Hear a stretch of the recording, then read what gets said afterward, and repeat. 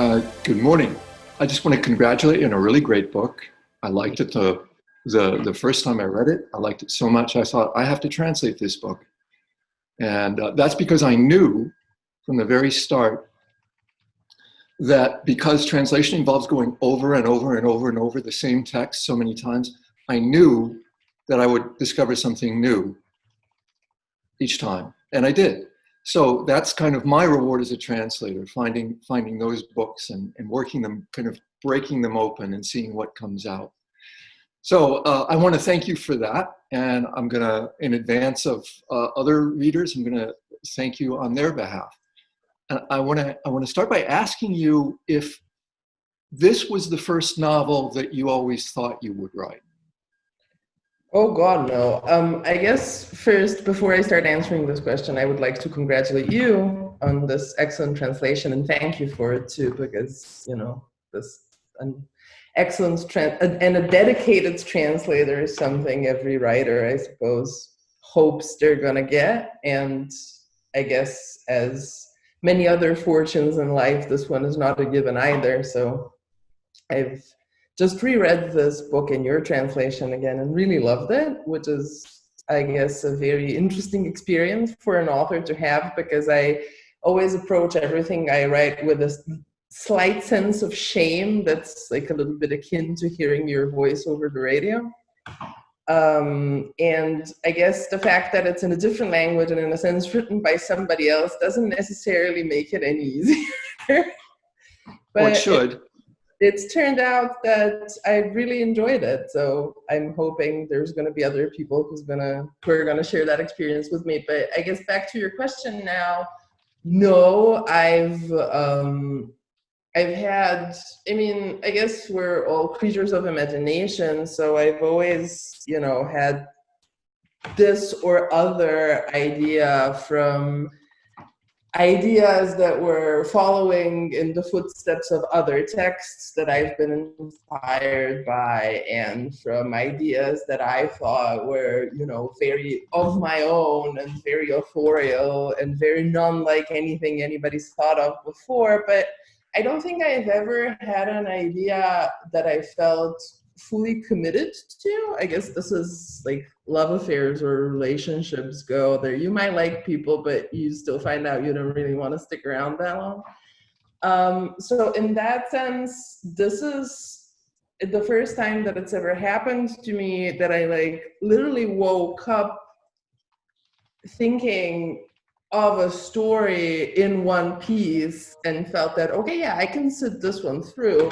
I guess largely because there's so many ideas that it's made out of that have been with me for so long, and it just felt that in one way or another I've been thinking about these things and some of these people for so long that it really doesn't matter anymore if I write about them or not, because in one way or another they're, I guess, bound to be a part of my intellectual and creative life. Fascinating. So maybe we should back up just a step and create some context. So the story, The Masochist, of course, it sounds like a very, very grim book to anyone who's just reading the title. Depends on one's tastes, I guess. Well, yeah, okay. Sounds exciting to others. Well, to some readers, it will sound like a grim book, but it's anything but. It's just a delight, and there's such a sense of humor. And really, the Masochist is the eponymous heroine, the daughter of the historical figure Leopold von Sacher-Masoch, who lived in the Austro-Hungarian Empire, was an ethnic German, and is the namesake for masochism. And this is his daughter, and what she has to deal with. So in that context, it's, well, almost your ordinary coming of age story, almost. But why that particular setting? Why 100 years ago? The world of 140 years ago to 100 years ago. Central Europe, I understand, that's where you're from, but why that setting? I guess I was always watching the presidential debates. I was always angry at candidates who like don't answer the question, but always feel the need to say, I need to go, take a step back. But again, I need to take a step back. And I guess to your ordinary coming of age story, this is a book that's like very intimately connected with concepts of psychoanalysis, and I guess also the history of psychoanalysis. And if psychoanalysis teaches us anything, is that there's no such thing as an ordinary story of coming of age, because as coming of age is the thing that like interpolates as a subject, it's always going to feel complicated, or at least too complicated to make sense of it for a person who's forced to living her own life. And I guess the fact that this needed or wanted to be a story of the history of psychoanalysis is also a gateway into trying to answer your question about why does this story need to happen at this particular time. So I guess this also has something to do with the question of subconsciousness that psychoanalysis is so thoroughly invested in. And I guess there really is no conscious answer as to why we're drawn to certain things but not others. And I know that like psychoanalysis and the early beginnings of psychoanalysis, with the combination of like the emergence of masochism through the figure of Sacher-Masoch, and then on the third hand, World War I, which does not figure in this book because this book is taking place immediately before the World War I starts, but is invested in a lot of the like political and social pressures that will end up giving birth to World War I, are the things that I've like kind of in spite myself been very invested in for, since I can remember. I wanted to say from the beginnings of my intellectual life, but I think I've been invested in them before I could even consider myself an intellectual, because I was a kid. So these are definitely like nodal points of my intimate curiosity. I guess what has happened later, since I, stopped being a kid and became an intellectual, is that I became more invested in the questions of why am I interested in these particular things or these particular questions. And I guess a part of the answer to this question is somewhat social or political, which is to say that there is some sort of a thematical overlap between this time, so fin de siècle, pushing towards the beginning of World War I and the economic crisis, and then World War II, with the world that we're living in right now. And that whenever you find yourself at some sort of, I don't know, an intersection of the old times and the new, the old ways and the new, you're gonna be drawn to historical moments that in one way or another resemble your own, so as to, make it easier for yourself to find some sort of ready-made answers in form of historical analogies that may or may not turn out to be useful, but I think the desire to search for them is definitely always there. And I think that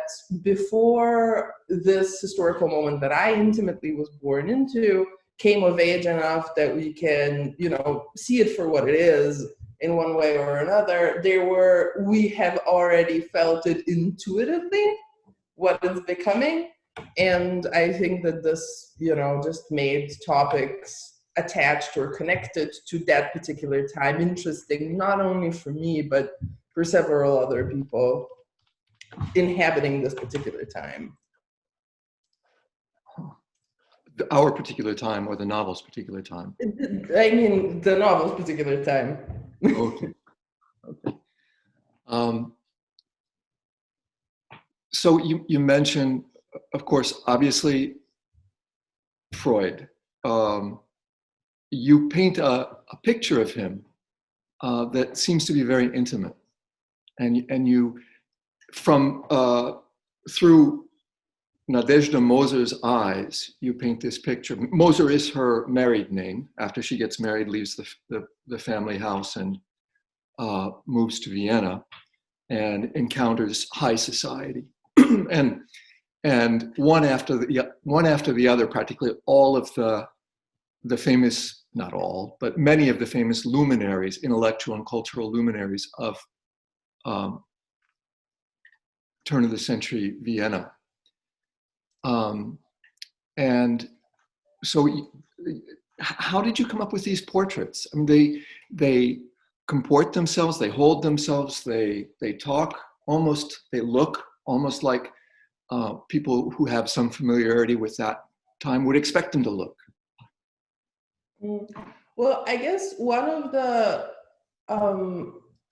ideas behind the fact that this is a book that is composed out of people we all know, I guess, as the first faces that you would think of and the first names that you would think of when you think about, Austro-Hungarian fin de siècle, is not so much as that these are already ready-made figures and you don't need to think if you're looking to find a novel about this particular time, but that there's a certain narrowness to social circles, or that how social mobility is really limited, and in some ways something you can only inherit, not necessarily obtain.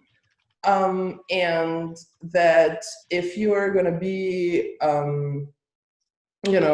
a part of some certain scene, you're destined to know everybody that's a part of that certain scene, because this is really such a small group of people. And I think I've only become interested in that particular phenomena once I started reading biographies or autobiographies of the people, that's like compose the historic world that you're looking at, or that I was looking at, and realized, oh my God, these people literally all know each other.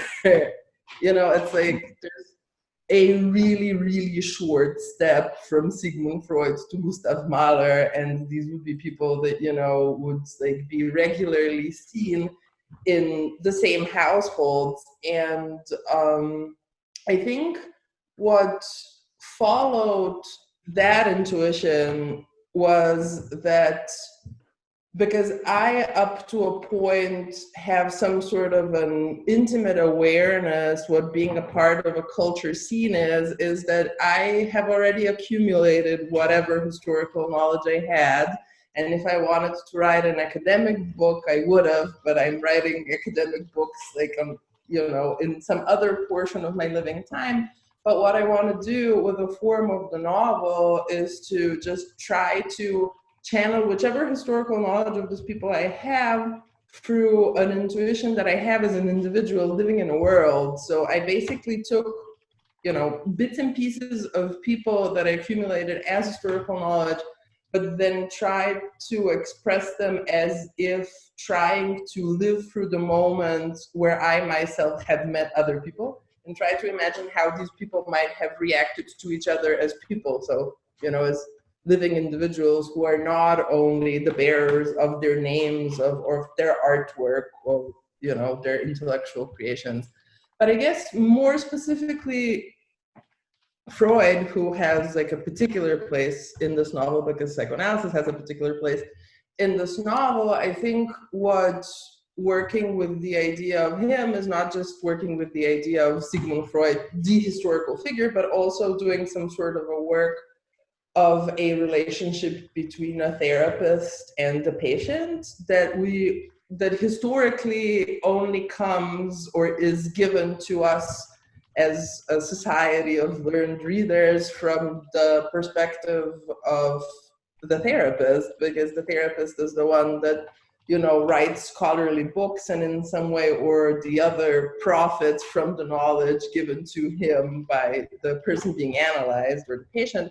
So there was definitely like a desire to tell a story of psychoanalysis, like from the perspective of the person who's being analyzed, who also experiences her therapist both as somebody that's like involved in her life, but also as an individual in his own right, which is, something that a therapist, particularly in that milieu and in that historical moment, would not necessarily allow for himself, because he's the only person that has the right to decide how much of himself he wants visible in this, works that he's writing on his own behalf. But of course, the patient would see more of him and more than he would, want to disclose in the works that he's writing on his own behalf. Well, again, I want to congratulate you on all of these cameos of historical figures, because as brief as they may be, as condensed, they just touch such a note of familiarity, uncanny familiarity, that, of course, this is what he must have been like, or this is what she, or Gustav Klimt, or Emilia Flöge, or his one of his famous models, society woman models. So that's one of the joys, is discovering all of these personalities that many of us have read about to a greater or lesser extent, but you've distilled all of that into these really, really vivid characters. You talk about the role of the unconscious, of psychotherapy, a process of psychotherapy, or the history of psychotherapy. I'm not sure that I saw that when I was reading it, but I was certainly observing the process of Nadežde's psychotherapy. And her narrative is something like talk therapy. I mean, it's an extended monologue / soliloquy directed to whomever, whether to her analyst or to us. Well, directed to us, we pick up on some things that she doesn't necessarily pick up on. And that's also really nicely done. And we can pick up on them or not. For instance, there's the persistent question of her paternity. So her adoptive father, Leopold von Sacher-Masoch, has regaled his house guests and associates endlessly with myths, her origin myths, one where she drops out of the sky and one where she sprouts up out of the earth. And she's never gotten to the bottom of it. She doesn't really know where she comes, except that, of course, she was discovered in a basket in a forest. I mean, it all boils down to that. But she gets, and we get, various clues, it seems, into her real paternity. But then there's nothing definitive. You never draw a definitive line and tie it up in a bow. So that was enticing to the reader to generate their own subplot. Okay, where does she come from? Well, and of course, yes. Yes. No, you wanted to add something. You didn't. Okay. Well, I guess the role of the lingering question of paternity is attached to like the two topics that are like interwoven or that like make the meat of this novel. On the one hand, of course, the question of psychoanalysis as it connects to the question of heritage, I guess intimate heritage that is involved in, our subject building processes. But then on the other hand, the question of nationalism or national belonging, which is something that like forms often very intimate decisions of characters in this book and is not something that's like thought about or analyzed as, a historical theoretical problem that launches wars or causes empires to collapse and nation states to form. But it's something that, makes people prejudiced towards some people and makes people more inclined to either hate or love other people for who they presumably are, more or less on paper or as attached to their intimate inheritance. So I guess Nadežda as a character is created in such a way that she is not destined to have any clear inheritance in either of the senses, but that people around her are still willing to project certain concepts of who she's supposed to be, both as, a gendered person taught in various different ways to be various different women and various different partners or wives or whatever her societal role demands her to be, but on the other hand also to, be a good part of the Viennese bourgeois scene or to be somehow Slavic because she needs to be Slavic, so as Leopold von Sacher-Masoch can have a Slavic child because he really wants one. And I guess I really needed for her to have the sort of ambiguity as to who she is, so that she would find it easier to question how everybody else is seemingly so secure in what they're supposed to be, given that all of them are, you know, just as much as her, not naturally anything, because there's no such thing as a natural, unquestioned belonging. And because this is something that's been so intimately problematic for her as a person in her process of subject building, she finds it easier to see when other people subconsciously will, you know, be doubting their place in the world just as much as she is, but will never have any sort of a vocabulary to express that. Well, you didn't tie a bow on it again, so that's the way it will remain. And I guess I'm then, as reader, the equivalent of any other individual in her milieu that encounters her and is tempted to fabricate or fill in the gaps in whatever her background might be. So it's interesting to discover that about oneself as a reader too. There's another, I'm sorry?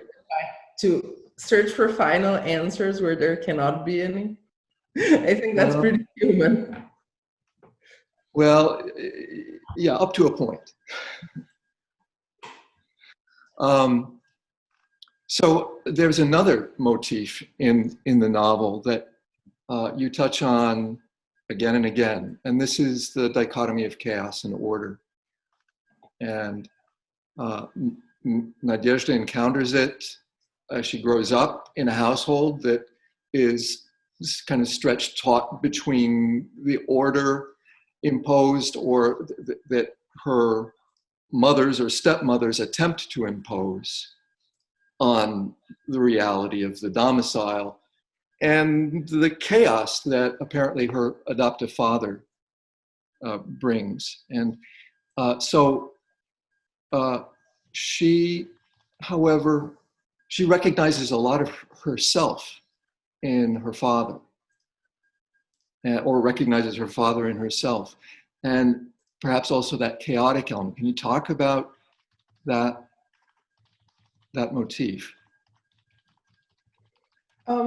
I think I try to do some sort of a work of locating different intersections of personal tastes or personal attitudes with the question of like societal belonging. I'm like very tempted to call in class, but as these people are all, you know, some or the other version of the dying out aristocracy or emerging bourgeoisie, there's really, you know, very little room to talk about class struggle in any sort of like conventional Marxist sense. But there's definitely some sort of a taking sides of whether or not you want to be invested in the world of, you know, emerging capitalist bourgeoisie through very active decisions of wanting to commit yourself to the Legion's border that are here to create a rational world in which, you know, things make sense, and because they make sense, you can control them, and because you can control them, you have some influence over them, and you can make sure that your life is going to be better for it, not worse, or you're not going to leave it up to chance. And people that are somehow personally invested in opposing that because they would, you know, as a good bohemian libertine would think that this is a road against desire and against freedom, and it's a road in which you might have all the wealth and all security you wish for, but you'll never be happier or fulfilled. And I guess this is a dichotomy that's, I mean, very present in whichever historical period, also very thoroughly used as a trope in all sorts of fin de siècle narratives. from the top of my head thinking about Moulin Rouge, a film the entirety of my generation saw many times when we were young. But I guess in this particular text, it's also, in a sense, shot through with the narrative of psychoanalysis and the question of how much of our deciding for those particular options is really an expression of our personal freedom, and how much is it, just strictly a rebellion towards the generation that brought us up.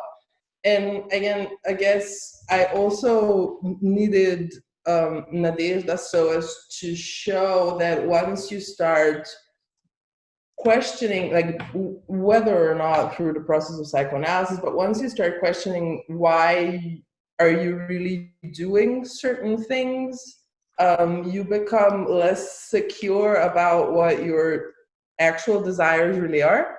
And I think that there's this is also one of those open-ended things that I needed to leave an open ending to, because I'm not sure it's even human to find answers to them. But that at the end, you find yourself in a spot where you can only commit your life to trying to figure out what your desire might actually be, if it wasn't so influenced by your desire to either model or rebel against the desires of people that brought you up or that formed you as a human being.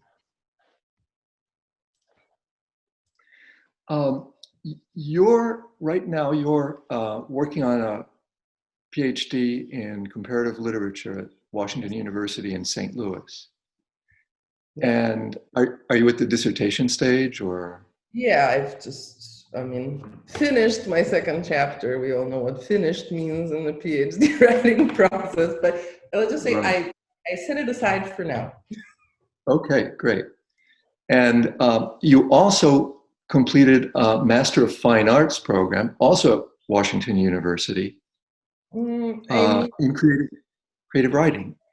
Well, no, that's not quite right. I mean, I am in a program that is trying to squeeze both of those things into one. A track for international writers that's working under the wing of the complete program. So I decided that what I want to do with it, because a lot of this is, left to your own devices, or you get to choose. There's people that I think are only going to commit themselves to artistic work, and there's people that are only going to commit themselves to academic work. But because I don't know what the word enough really means in life, I decided I'm going to do both. So I actually wrote this novel as the first part of this process, so as to fulfill the artistic expectations of the program. And now I'm also working on a full-length PhD. I'll only get one degree out. Well, this is a pretty good journeyman's piece, I'd say. So you chose to come to the United States, or at least to this particular university, and let me explain. Sorry? Chose is such a funny word in that particular context. Okay. Well, fate brought you to, that seems like going too far the other direction. But somehow you wound up in Washington University, which is not an easy place to wind up in. It's a pretty prestigious school, sets high expectations on admission of its new students. So you have to be pretty accomplished to pass through that filter, or show a great deal of promise. And, but let me bring up an article that you wrote 6 years ago for a Slovenian-based monthly literary journal called Literatura, directly enough, about the state of comparative literature in Slovenia, what seemed to be lacking. And I'm wondering if your choice to come to St. Louis, to this particular, well, not your choice, but your coming to this program in St. Louis is bound up with your search for an alternative approach to comparative literature. And let me also add to this and ask, at the conclusion of that essay, and I'm always intrigued how people conclude such critical essays, because very often they try to point to some kind of a solution or an alternative. And you pointed backward about 30 years to a series of lectures published in book form that Czesław Miłosz, who had just been recognized for the Nobel Prize 2 or 3 years before in literature, delivered at Harvard, and it's called The Witness of Poetry. And I'm wondering if there's a way to tie all of these things up. What is it about the approach to literature that Miłosz is proposing there? Basically, in the face of a world poetry or literary scene that is challenged by the temptation of nihilism, as he puts it, at several points along his way through those lectures, and why that remained relevant then. Does it remain relevant to you now? What would your ideal path for your students be through comparative literature, or through learning to, well, let's not say through learning to write, but through comparative literature? And sorry for the bundle of questions there. I hope you can sort them out. Oh, no, it's fine. I just find it very funny how things you wrote as an angsty young woman come to haunt you halfway into your grown-up life. We can dismiss it. No, I'm very grateful for that question. I have so many more answers and additional questions to all of, what I mostly only just felt back then. And I think a lot of this has to do with the perspective I gained from, moving to the United States and studying in a PhD program in the United States.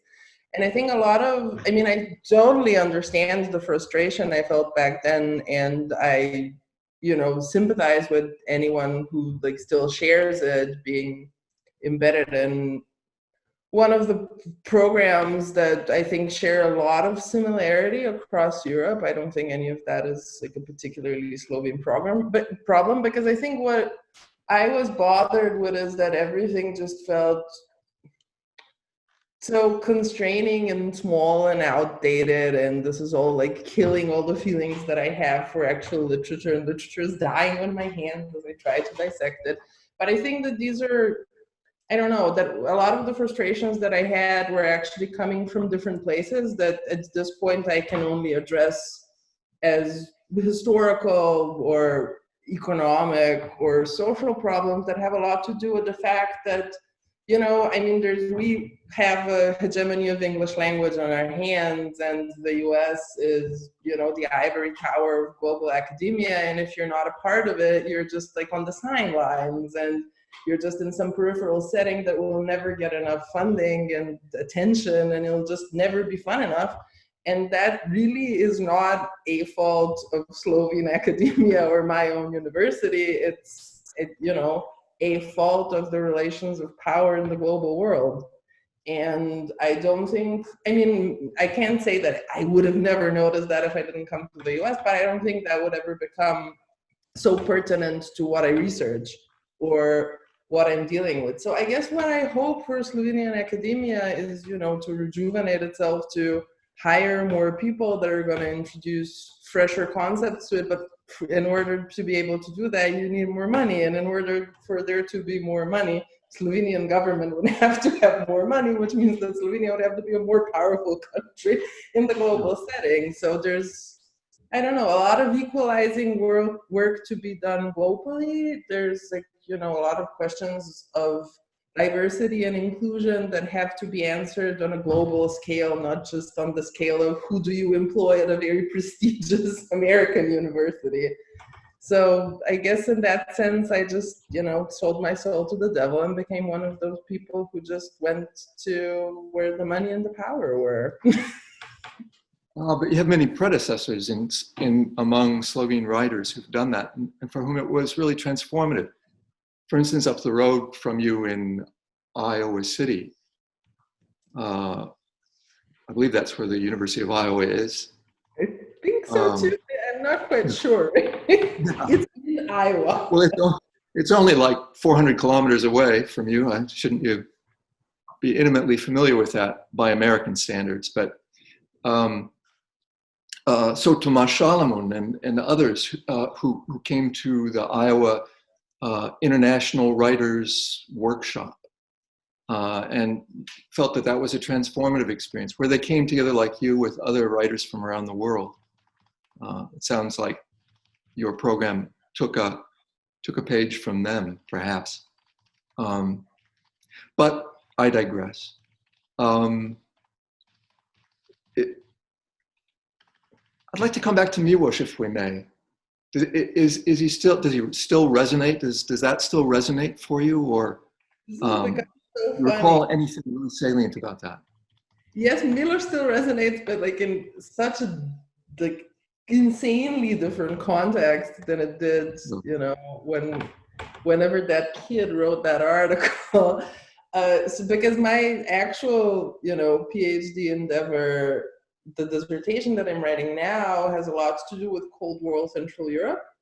And I mean, Miłosz is not one of the authors that I'm dealing with, because I'm dabbling mostly with novelists. And I guess how one of the more famous voices of Central European postmodern novel were affected by cultural expectations, mostly coming from the West, where most of the literary prizes and attention comes from. So, and right now, more than what Miłosz would have to say about poetry, I'd be interested in, you know, why would UC Berkeley, yes, from UC Berkeley, be interested in getting somebody, you know, like Miłosz on their faculty, and maybe not somebody else who would have been less outspokenly against communism.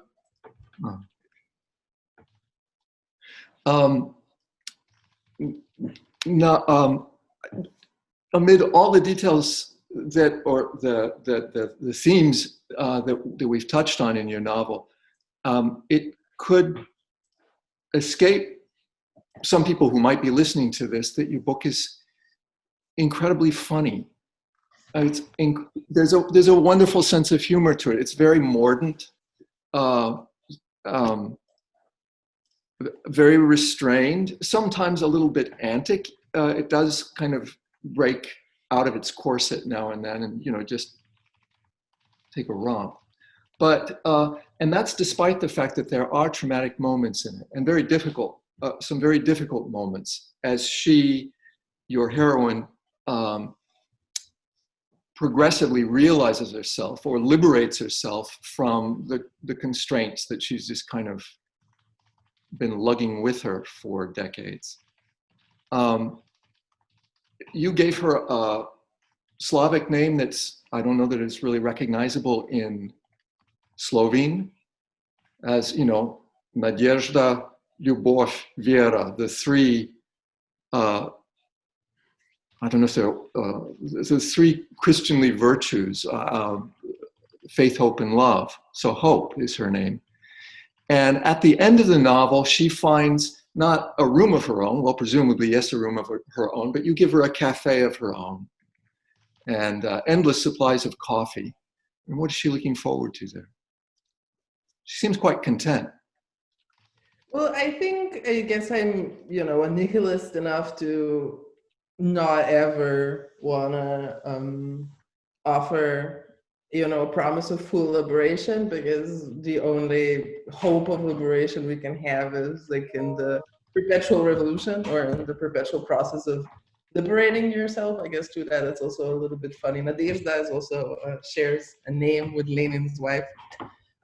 So there's, you know, a lot of funny traditions, like piled one on top of the other without any real historical order, just because, you know, I'm an author and I can do whatever the hell I want.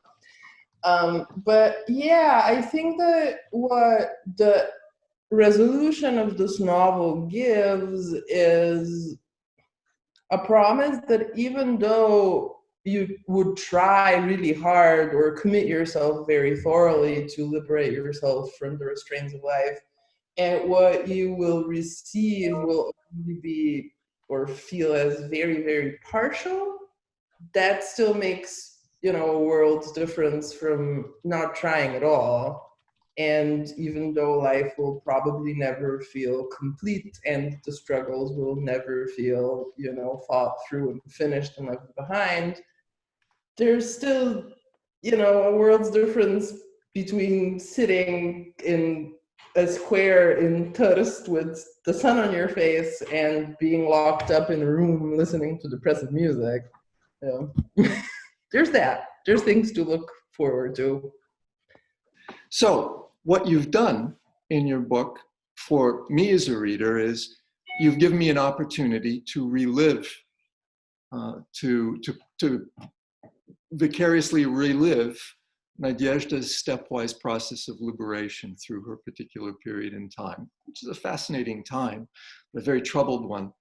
And all of your other readers have that opportunity too, when you do it with drama, facing some harsh realities, a dash of romanticism, and constantly a really bright wit. And for that, I want to thank you very, very much, because I'll always value this book. Well, thank you. So thank you very much, Katja. Good talking with you. Good talking with you too.